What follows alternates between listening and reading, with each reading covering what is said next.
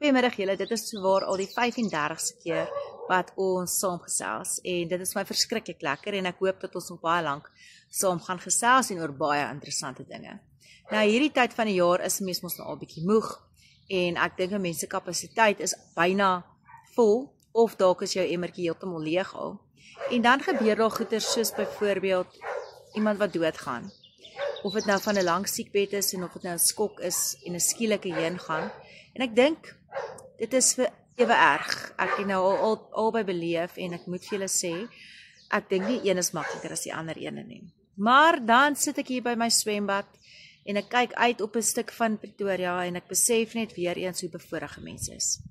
In Maandag se Kom Speel Saam program het ek juis gepraat oor dankbaarheid en ek het juis gepraat oor motivering, min wetende dat ek myself ook daaraan moet herinner, dat die Here mense nie los nie, dat ons nie alleen is nie, en dat ons daar vir mekaar moet wees. So ek wil net vandag vir jou sê, dat as jy nodig het, dat iemand daar vir jou moet wees, luister na hierdie video, en ek het so 'n mooi liedjie van Joe Black ook net weer eens ontdek, Staan Vas, en ek gaan dit ook aanheg, want op die ou en van die dag, dink ek is dit al wat ons kan doen.